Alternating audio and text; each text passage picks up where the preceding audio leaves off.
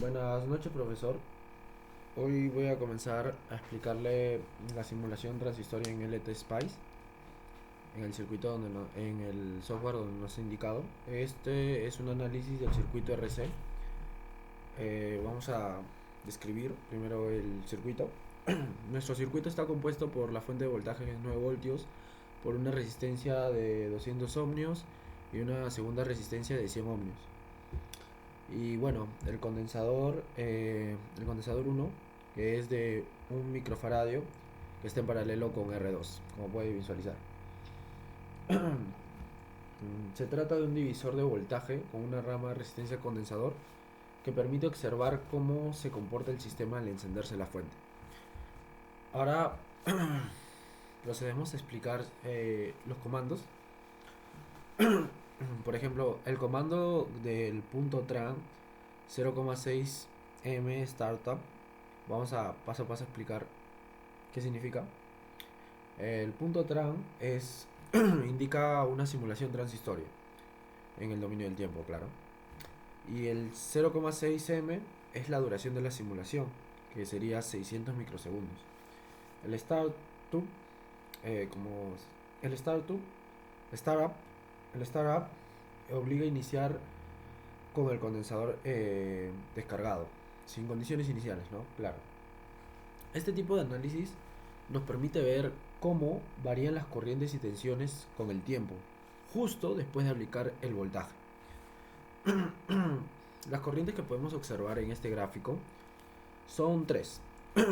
La corriente verde, que es la corriente que atraviesa el condensador. La corriente roja, que es la corriente la corriente a través de la resistencia R2, de esa resistencia. La corriente total, que pasa por la resistencia R1, como podemos ver, es la corriente azul.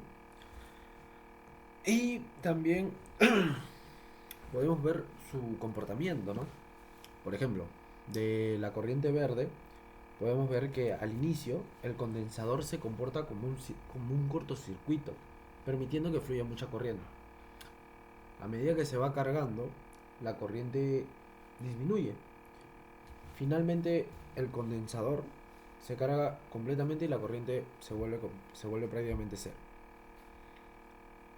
Como pueden ver, al inicio el condensador se comporta como un cortocircuito, permitiendo que fluya mucha corriente.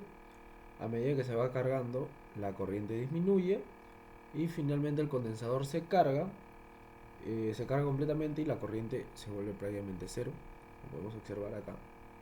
Si seguimos, bueno, es en la visualización de la gráfica, ¿no? Ahora pasamos a explicar la corriente R2. Al principio podemos notar que es baja, ya que el condensador desvía la mayor parte de la corriente. A medida que el condensador se carga, más corriente fluye por R2, como pueden visualizar.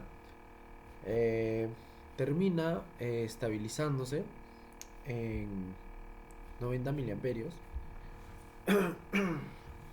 y termina estabilizándose en 90 miliamperios porque la corriente es 9 voltios sobre 100 ohmios y eso nos daría 90 miliamperios.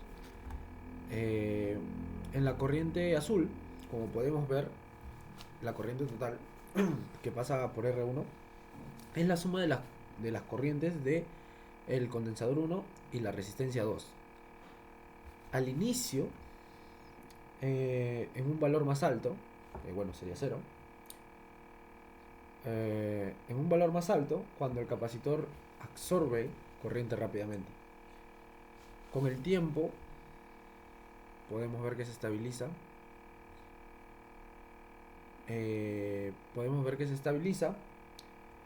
Y pues, como le había dicho antes, es la suma de las corrientes. Por eso ponemos es 9 voltios, la corriente es igual a 9 voltios sobre la suma de las corrientes, que serían 300. 100 más 200, 300. Y eso nos da 30 miliamperios. El uso del parámetro. Bueno, el comando parámetro. El punto para R100. Este comando nos permite definir una variable, ¿no? Llamada R en este caso, con el valor de 100, como podemos visualizar. Se utiliza para parametrizar valores en el circuito y nos facilita cambiar pues las configuraciones, ¿no? Sin editar cada componente manualmente. En la conclusión que podemos llegar a esta gráfica, este circuito, podemos ver cómo nuestra simulación muestra, o sea, se visualiza que nuestra simulación, la reacción de los componentes del circuito ante un encendido repentino. El capacitor inicialmente conduce de corriente, pero después se bloquea. El LT Spice permite visualizar las corrientes, como pueden ver, en tiempo real y manipular, ¿no?, el gráfico para comprender mejor el comportamiento dinámico, así como yo lo he hecho. También podemos llegar a la conclusión de que el LT Spice es una herramienta muy útil para entender fenómenos transitorios como la carga y descarga de capacitores.